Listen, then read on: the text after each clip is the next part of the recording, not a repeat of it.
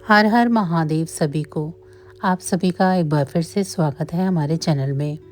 आइए चलिए सुनते हैं सत्यनारायण भगवान की कथा। एक समय की बात है, किसी नगर में एक पोती और दादी रहते थे। दोनों हर रोज भगवान सत्यनारायण की कहानी कहती थी। वह एक लोटे में जल भरकर और उसमें फूल रखकर कहानी कहती थी और सत्यवान भगवान का नाम लेकर अर्घ्य देती थी। पोती बड़ी हुई तो उसका विवाह हुआ और वह ससुराल जाने लगी।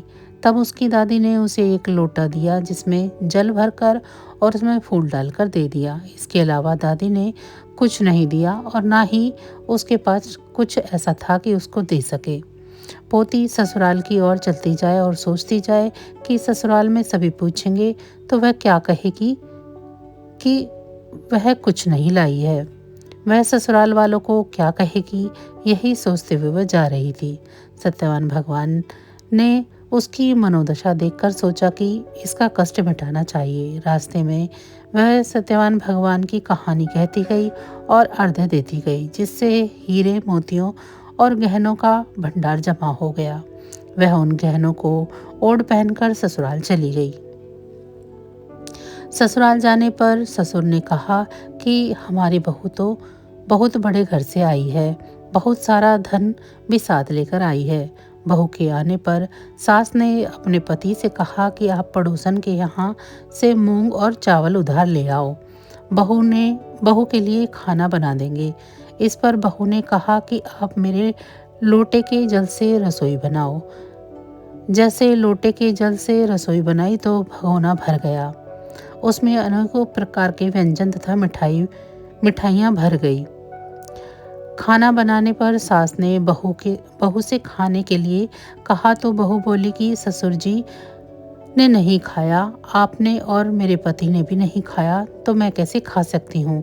बहू ने कहा कि मेरा नियम है कि पहले मैं भगवान सत्यनारायण की कथा कहती हूँ, उसके बाद ही खाती हूँ। बहू ने सत्यवान की कहानी कही और सभी ने सुनी, जिसके प्रभाव से उनके घर में धन का ढेर लग गया। सास सत्यवान भगवान का प्रसाद पड़ोसन के घर बांटने गई तो पड़ोसन ने कहा कि मैं अभी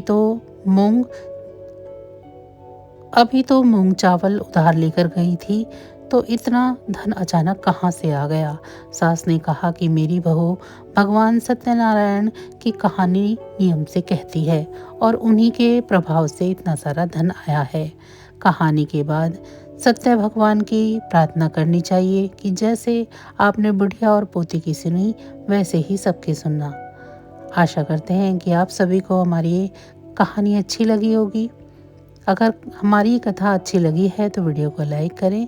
चैनल को अभी तक सब्सक्राइब नहीं किया है तो ऐसी ही और वीडियो के लिए भी चैनल को सब्सक्राइब कर लें। भगवान भोलेनाथ की कृपा दृष्टि आप सभी पर सदैव बनी रहे। आप सभी का बहुत बहुत धन्यवाद।